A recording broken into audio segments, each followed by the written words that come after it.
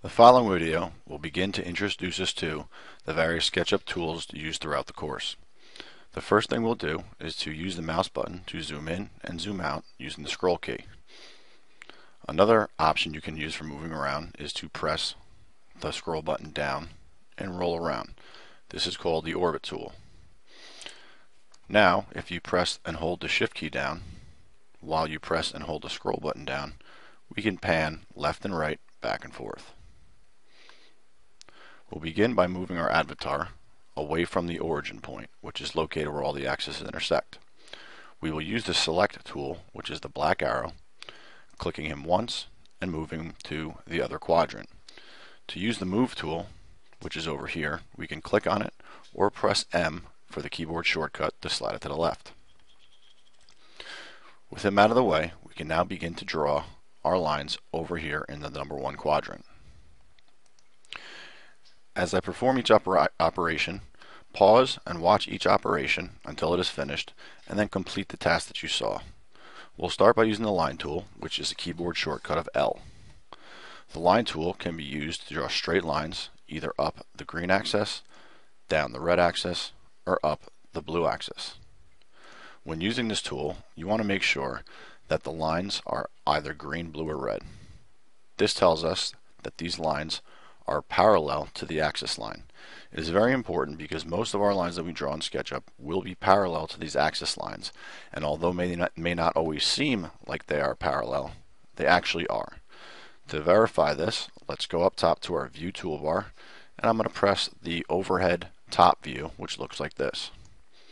Now when we look down upon our drawing, we can see very clearly that each of the lines is perfectly straight. I will press the isometric view to move back to the lines that we see here. To erase the lines, we can do it one of two ways. We can either press the eraser button or the E shortcut and erase each line, or press the Control Z button to undo. Using my line tool, I'm going to create a line that is 10 feet long. If you look to the bottom right hand corner, you'll notice that the length changes as I move my line. It is important that you click to start your line, but then let go of the mouse button and do not click again until we have entered the distance. I have now started the line, so I'm going to enter 10 apostrophe, which is the symbol for feet. You'll notice in the bottom right hand corner, now that 10 apostrophe is there, I will press enter, and my line will come out 10 feet. For an easier view, I'll switch to the top down, and I will create another another line, to create a square. I'll click one time, start moving over, and enter 10 feet. An interesting feature of SketchUp is that you don't always have to define the lengths of the lines. For example, if I start my line on this endpoint and move it down, as I get close to the bottom line of the other line I've already drawn, you will see an inference that will come up. If you don't immediately see the inference, mouse over to the other line, move back, and you'll notice that a red line and green line appear. When those two lines appear, that means they are perfectly straight together and can be connected. Go ahead and draw this simple 10 by 10 rectangle. Now that you draw the rectangle, we can create a rectangle using a second tool called the rectangle tool located here. Or I can press the letter R button. Now, in order to line these rectangles up so that they are even along this plane, I'll use another inference. Mouse over the bottom of the endpoint, move slightly over, and you'll see that a red line is starting to form, telling me that I'm even with the bottom line. If I click and slowly move off to the right, I can once again just type in the dimensions of the square that I wish to create. In this case, 10 feet by 10 feet.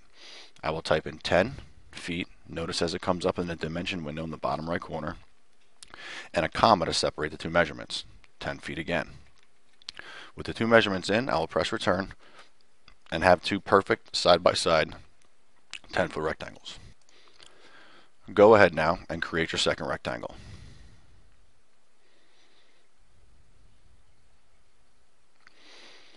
Now we're going to create two additional rectangles above these two, but we're going to do it in a slightly different way. Instead of drawing them, we're just simply going to make a copy of them. In order to make a copy of something, first we must select whatever it is that we want to copy. I'll get my select tool, and I will select one of the rectangles twice by clicking once and twice, noticing that the outer lines and the inner lines both turn blue, as well as the face. Using my Move tool with the keyboard shortcut of M, I can move this wherever I want. Be careful when you move any object that you don't grab a specific spot on the face, but instead you grab either a corner point or a midpoint. This is important to snapping them into the correct direction. If I grab my midpoint and move up, you'll notice I can move my rectangle straight up and see the green axis line, knowing that I'm perfectly in line with where I started. If I go back to where I was, I can also infer it another way. I can grab the bottom right hand corner and I can infer to the bottom, over, or even to a midpoint. I'm going to press escape to put it back where it was. And now, to copy it, I will still use the Move tool. I will grab a center point, and this time I'm going to hold Control. If I hold Control, click and release my mouse button as I move it up, the object is copied. You can copy two or more objects at the same time, as so. I'm going to press Control Z to bring them both back, and now I'm going to select both rectangles. If I press space from my select tool, I can double click one to select it, but when I double click the other one does not highlight. To fix this, let's hold the Shift key while we double click. We can select both rectangles using our Move tool. We will now press Control to turn it into a copy move. You'll notice that as I toggle the Control button on and off, the plus sign next to the crosshairs comes on. When the crosshair is highlighted, I can click, move up, and have a perfect copy of the blocks. Now select all four of these blocks, grab the bottom left endpoint, and see if you can copy them up into a diagonal manner like this, snapping to the endpoint and moving over. Give that a shot. Once you have all 8 of your 10 by 10 blocks, we're going to orbit around and look at a 2D version or an isometric view. When you're top down, it's great for drawing flat objects, but when you want to go 3D, you want to move to an isometric view so you can better see what it is you're exactly doing. The next tool we'll introduce is called the Push-Pull tool, with this icon, and is the P button shortcut. The Push-Pull tool acts similar to other tools in that it will create a simple shape and can be defined in height. As you mouse over each of the options, you will see it highlight. I'm going to mouse over this particular square. I'm going to click one time and let go. It's very important that you click and let go and do not hold as you drag. As I move it up, I'm going to set this distance to 20 by typing 20 apostrophe feet and getting my rectangle tower that looks like this. One of the cool features of SketchUp is that tools remember the last value that they used. So when I last did this push-pull, it was for 20 feet. Instead of pulling this one up for 20 feet as well, I can simply double click on it and SketchUp will move it up to the last value that I had. Now let's go ahead and move up this block 20 feet, or actually let's go 10 feet, half of it, and press return. You'll notice that I'm now half the size of the block. Another way we can make an inference using the push-pull tool is we can click and drag our block up, but before you click again, you can actually find the midpoint of other objects. If I find the midpoint of the taller block, you'll notice that the block will stop exactly where the midpoint is, which is half of the taller block, and therefore even with the smaller block. Now go back and take this smaller block and bring this one down to the midpoint of this block. We have now inferred the point once again. Another way to use the inference tool with the push-pull tool is to select the face, and instead of moving to a line, if you actually mouse over a face, you will see that it gets set to the same distance. Starting from the beginning, make sure you move each of these blocks up 20 and 20, then 10, then 5, and back down to 5 again. When you're done, these blocks should equal the following heights.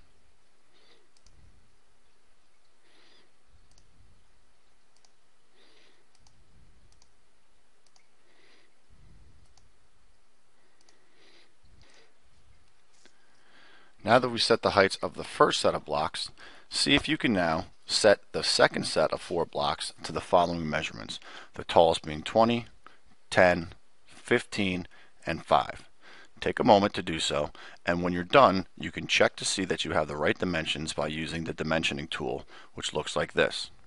To use the tool, you simply click on the top edge of a block, the bottom point, and then slowly drag off in the direction in which you want your dimension to be. When you're finished with the blocks and you think they're all the right size, go back and place the dimensions as you see them here. If they're incorrect, go back and double check that you have the right sizes.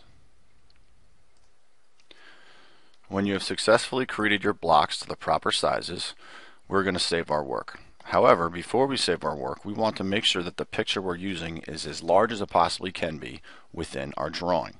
To do so, we're going to get our drawing in a position where we can see all of our measurements using the Orbits tool. Don't worry about zooming, just get it so that the dimensions can be seen, and when you're done, we're going to come over here and press the Zoom Extends tool to make this drawing as large as it possibly can be within our browser. We're now going to go up to our File, Save menu, and put Practice Space 1. Make sure you capitalize properly, and it should automatically be saved into your Google Drive. Press Save, and we're done. With your project saved, we are now going to go to the File, New, menu, and create a new file. If your file saved properly, it will not ask you to save. If it asks you to save at this point, you need to make sure you name it Practice 1, and that is going into your Google Drive.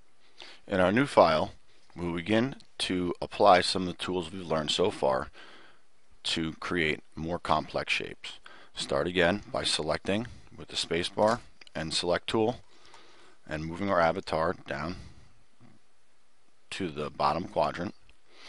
And let's start with creating a cube that is 10 by 10 by 10. Remember, when you're creating a rectangle, you need 2 measurements, 10 feet, separated by a comma using an apostrophe, and we'll also use a push-pull tool to move straight up for 10 feet. Now that we've learned to take a simple block and push-pull to add material to it, we can also use the push-pull tool to subtract material from objects that are already there. Before we subtract it, we're going to introduce a new tool, which is called the Offset tool. The Offset tool, when placed over a face, you will notice highlights the face, and when you press it, it will move in and it will move out equidistant from each of the sides of the rectangle. You can also define this distance so that each time you come down, it is the exact same size. So what we're going to do is, remember, you should have clicked, release, clicked. If not, you can always escape out of a tool.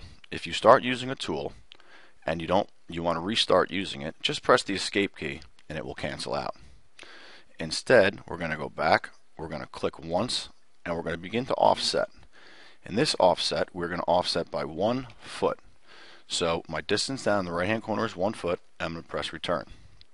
Now remember that SketchUp remembers the last value used. So if we double click again on the line, it's going to keep giving us a 1 foot offset until we can't go any further. Now that we have our offset, we have some interesting shapes that we can do with our particular drawing. What we want to do here is we want to subtract some material to go back into the block. To do this, we're again going to use our push-pull tool, and we're going to start with the very first square inside of the outer layer. Now it's important when you're subtracting material that you move in the right direction. You're always going to enter positive numbers into the distance window. So if you start moving your block out this way and press 10 feet, it's going to come out this way. Instead, we're going to click and we're going to slowly start moving back, and we're going to enter a distance of 1 foot. And you can see that now that space is offset in the block. Let's take the next level, click, slowly start moving back, and press 2 feet. We've now gone 1 further back from where we started before. The next one will go back 3 feet, and the last one will go back for 4 feet. you'll see how we've given ourselves a layered look for the block using the offset tool as well as the push-pull tool in a negative direction, taking away from the block itself. Let's go ahead and design another block next to this one by selecting the rectangle tool. I will infer, meaning I'll move right next to the endpoint, come down the red axis, click, and make this one 10 feet, 10 feet.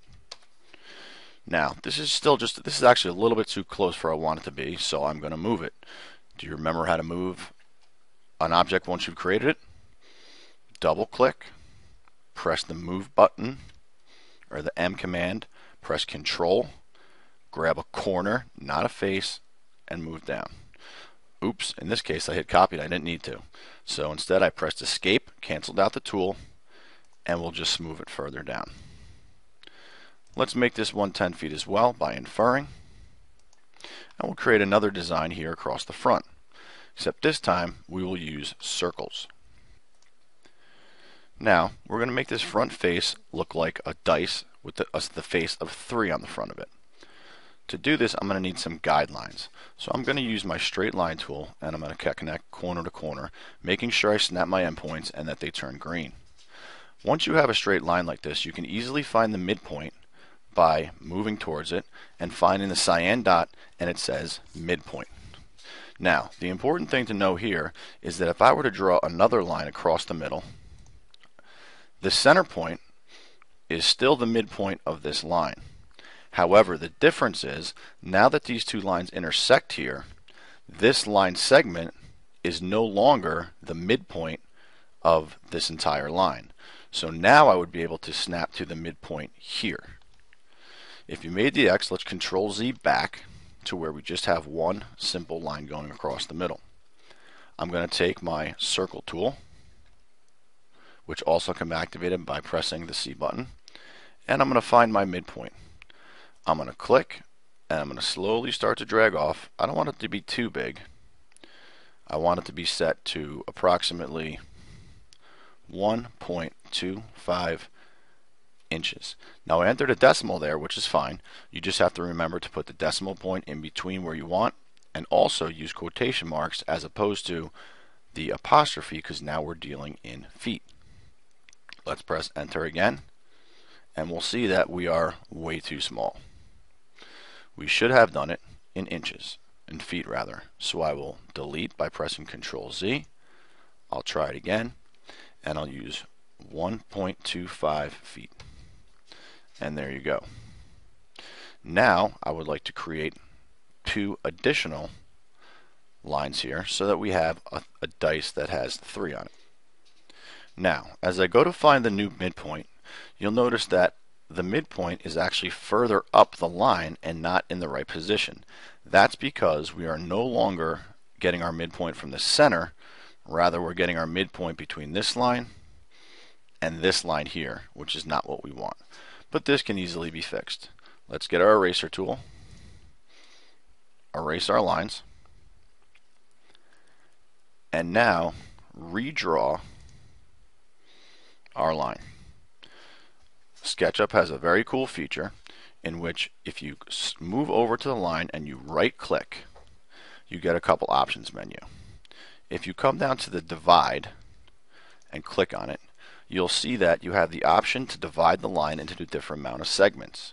Now, if you divide it into segments here, 4 segments, you'll notice we'll have equally spaced lines for each of the circles.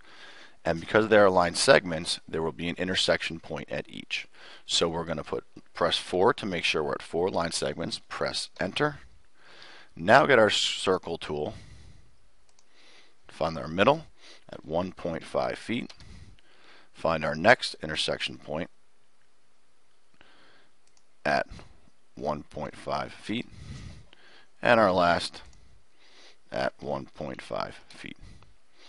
Now these dice are pretty large or pretty close together. If you want to redo it and make them smaller, you can. The last step, what we need to do is to get rid of the excess lines that we see here. So I'll get my eraser tool, and when you're erasing, make sure you're zoomed in nice and tight. If you're zoomed in nice and tight, there's not going to be any reason for you to accidentally delete something that wasn't supposed to be deleted. will then take our dice and we'll go in for 1 foot on each one. I'm going to double click, and in this case it came out the wrong way, so instead of redoing it, I'm just going to take this face and infer it back and click and move in for 1 foot and again for 1 foot. There you have your first die on that side. Now for a little bit of a challenge problem. We're going to take the right side of this die and we're going to put the number 4 on it. To do so, you will need all the same techniques that you've used before. You will need to create lines, right click them and divide them as so they are centered equally across the entire face. When you're done, it should look like this. One tip is that you will not have to divide just one line. You need 2 lines to come all the way down, so we'll give you a tip and we'll select the top edge here. We're going to right click it and we're going to divide it. Now, is 3 going to give us the right lines we need? Is 3 going to do it? Is 4 going to do it? You have to play with them until you see which ones will work. In this case, it looks like 3 line segments will give us what we need. From there, let's see if you can complete the rest of the drawing. And there it is. You have your second set of dice with 4 on it. Were we able to get that?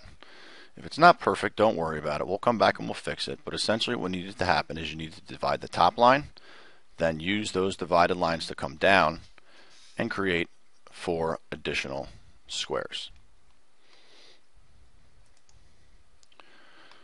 For the final part, we're going to create one more block, inferred from the edge, 10 feet by 10 feet. I'm going to infer it up, and we're going to create a custom block. I'm going to select mine and using my move tool move it over. And now you will customize the 2 faces, the 2 front faces of this block any way you choose. You can use any of the tools you've learned so far. Just be sure that you keep all of the designs you make to go inside of the object, it's inside of the square itself.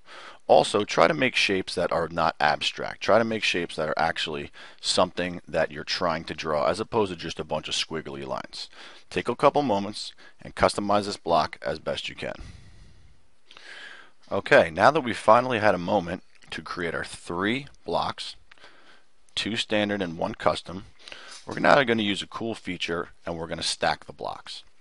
So to stack them, we know that we have to move them. And to move them, we know we have to select them. So if I select the block, but I only click once, I'm going to move the face, it distorts. If I select twice, it also moves and distorts. To select all 3D objects, we must triple click them, then grab our move tool and move from a corner or a midpoint like we discussed. However, if we take our block and we copy it, I'm going to press my control key. So I have my move tool and copy. I'll click the corner, I'll move it up to the top, and I'll click it again.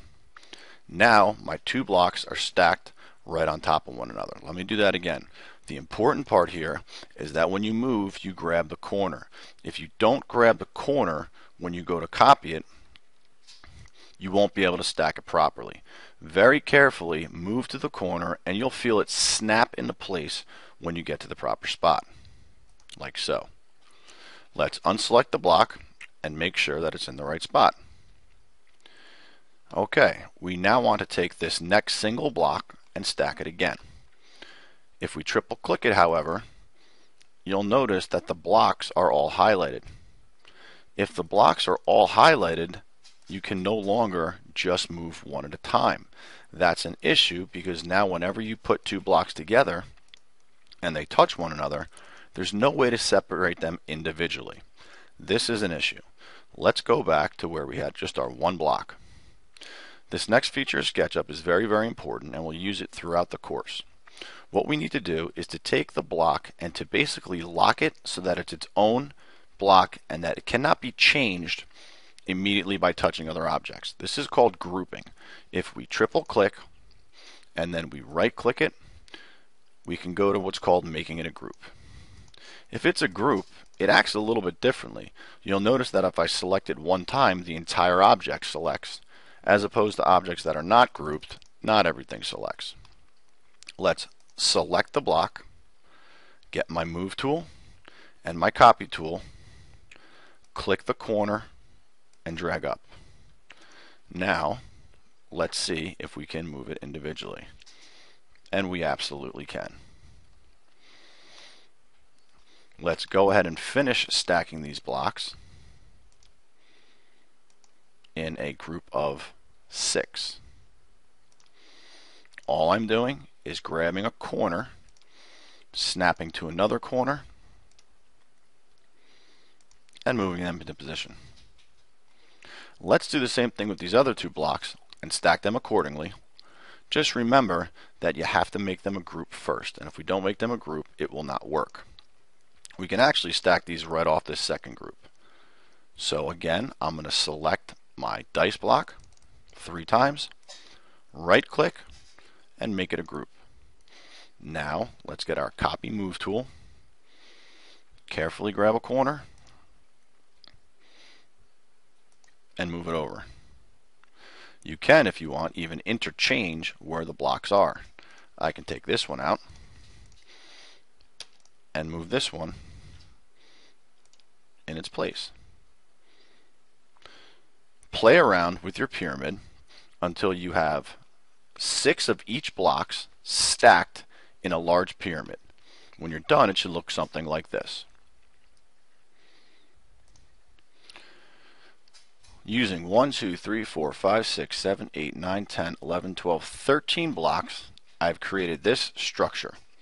You'll notice that all of my corners are meeting so that it's all stacked together perfectly and everything is aligned up. See if you can recreate this exact same structure with the simple blocks that we created first in one position, the dice in another position, and the block with all these squares on it that we created first. If you get this done together and they're all stuck together, let's press the zoom extents tool. And in this case, you'll notice how it really came too far apart. That's because our avatar was moved too far over. So I'm going to bring him closer to the drawing, then use my zoom extents tool and save my work as practice 2.